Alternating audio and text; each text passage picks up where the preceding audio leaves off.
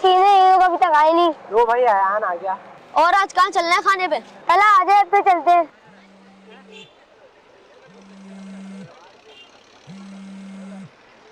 आयान किसकी कॉल है? अम्मी की है यार। जी बोलिए, आपको कहा भी था देर से आऊंगा, क्यों बार बार फोन कर रही हैं? मत क्या करें मेरी फिक्र, पता नहीं क्या मसला है यार इन्हें। चलो यार तला को फोन कर देते हैं, वो डायरेक्ट आ जाएगा, हम चलते हैं।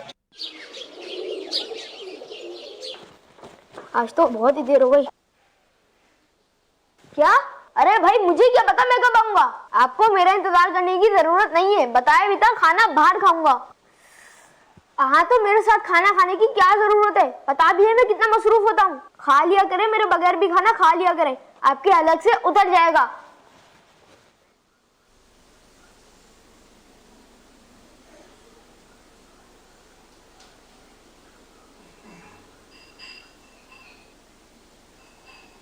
बस काम से गया था। कहाँ गया था? आपको क्या करना है? क्या तबीयत खराब है? अगर तबीयत खराब है तो मैं क्या करूं? दवाई आपके पास मौजूद है, खा लेती, तंग करके रखा हुआ है।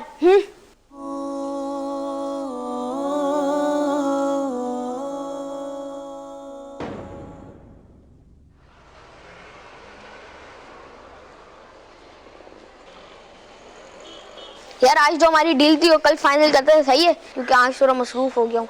बस तुम चेक तैयार रखना। यार यार आपकी अम्मी का इंतकाल का सुन के बड़ा अफसोस हुआ है। हाँ यार क्या करें, बस जो अल्लाह को मंजूर था। अब जाए अंदर। अरे तायाबू, बेटा ये खत तुम्हारी अम्मी ने तुम्हारी बड़ी अम्मी को दिया था, ये पढ़ लो, लाजमी पढ़ लेना बेटा, ये तुम अभी पढ़ लेना। ना दुखाना कभी भी इनका दिल ना दुखाना कभी भी इनका। बेटा उम्मीद करती हूँ अब तुम पुरसुकून होगे, क्योंकि तुम्हारी माँ अब इस दुनिया में नहीं है। बेटा मुझे तुम्हारे पैसे नहीं, तुम्हारा वक्त चाहिए था। तुम्हारी जुदाई ने मुझे बीमार कर दिया था। बेटा मेरी बीमारी का इलाज दवाइयों में नहीं था, तुम्हारे मोहब्बत भरे 2 जुमले ही मेरी बीमारी के इलाज के लिए काफी थे। और बेटा तुमने मेरी उंगली पकड़ कर चलना सीखा था। तुम्हारी भूख मुझसे बर्दाश्त नहीं होती थी, और जब तुम बीमार होते तो मैं रात जाग कर गुजारती थी। और बेटा पता है मैंने अपनी बालियां बेचकर तुम्हारे लिए वो साइकिल खरीदी थी जिसके लिए तुम दिन रात मचलते थे। तुम्हारी हर खुशी मेरी खुशी थी। और बेटा मैंने अपनी सारी खुशियाँ तुम्हारी खुशियों पर कुर्बान कर दी। लेकिन बेटा जब तुम बड़े हुए तो तुम मेरे ना रहे, मेरी जगह तुम्हारे दोस्तों ने ले ली। तुम्हारे लिए तुम्हारा ऑफिस, तुम्हारी मीटिंग्स और तुम्हारी आउटिंग की बहुत अहमियत थी। बेटा मैं तुम्हारे लिए इतनी खैर कैसे हो गई थी? मेरा कुछ पूछना भी तुम्हें बुरा क्यों लगता था? तुम्हारी नाराजगी के डर से मैंने पूछना भी छोड़ दिया था कि कहीं तुम झड़क न दो। पता है तुम्हारा झड़क कर बात करना मुझे वैसे ही मार देता था। खैर अब तो तुम्हें सुकून मिल गया होगा, मगर बेटा अपने बच्चों को जरूर नसीहत करना कि वो अपनी माँ को जरूर वक्त दे। माँ की बातों का बुरा ना मनाए, माँ का साथ कभी न छोड़े। बेटा तुम जहाँ भी रहो खुश रहो, आबाद रहो। तुम्हारी अम्मी। दिल ना दुखाना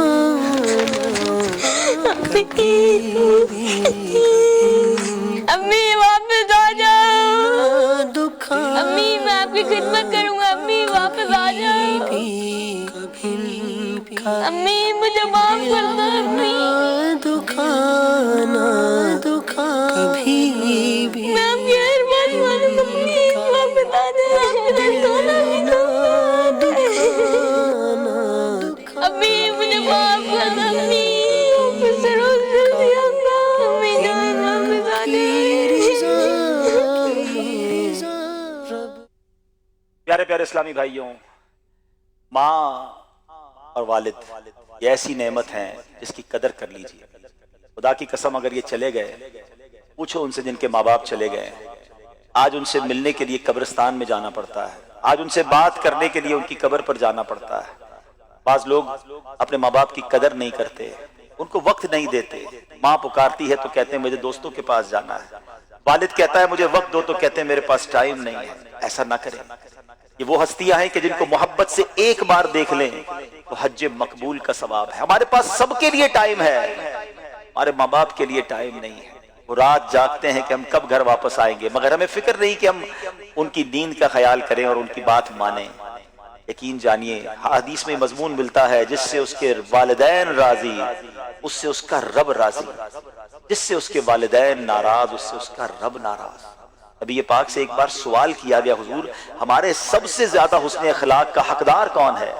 आका ने फरमाया तेरी माँ। अर्ज किया हुजूर उसके बाद कौन? फरमाया तेरी माँ। हुजूर उसके बाद? फिर इरशाद फरमाया तेरी माँ, और उसके बाद फरमाया तेरा वालिद। हम सब के लिए मोहब्बत बिखेर रहे हैं, हमारे कस्टमर हों, हमारे दोस्त हों, हमारे और फ्रेंड्स हों, सबके लिए टाइम है, मगर शायद बहुत सारे वो लोग हैं जो माँ बाप को वक्त नहीं देते। आज इस सेगमेंट के बच्चों के इन पैगाम से इस नए साल का पैगाम ले लीजिए कि अब ये आने वाला साल हम अपने माँ बाप की कदर करें। माँ बाप राजी हो गए तो इंशाअल्लाह रब भी राजी हो जाएगा। जिसके साथ माँ बाप की दुआएं हैं उसको कामयाबी से कोई नहीं रोक सकता। लेकिन आज हाल बहुत बुरा है। रिवायतों में मजमून मिलता है कि बेटा अपने वालिद के साथ ऐसे रहे कि जैसे गुलाम आका के साथ रहता है, मगर हाल यह है कि आज बूढ़े बाप को बेटे ने गुलाम बनाया हुआ है। ऐसा ना कीजिए, उनकी कदर कीजिए, इस पैगाम को एडॉप्ट कीजिए, एब्जॉर्ब कीजिए और अपनी जिंदगी में इसको इस तरह दाखिल कीजिए। जिनके माँ बाप हयात हैं वो उनकी कदर करें, और अगर माँ बाप चले गए, जैसे इस बच्चे ने पैगाम दिया कि अब वो माँ की मैयत पर कह रहा है कि माँ वापस आ जाओ, मैं तुम्हारी खिदमत करूंगा, अब माँ ने नहीं आना, मगर मेरा मजहब, हमारा दीन कितना प्यारा है। अहादीस में ये मजमून मिलता है कि अगर किसी बच्चे ने अपने वालिदैन का वैसा अदब नहीं किया, वैसी खिदमत नहीं की, तो अब भी उसके पास मौका है कि वो उनकी ईसाले सवाब के लिए खूब नेकियां करे, उनके लिए दुआए मगफिरत करे, उन्हें खूब सवाब पहुंचाए। अल्लाह की रहमत से उम्मीद है कि उसको माँ बाप का फर्मा बरदार लिख दिया जाएगा।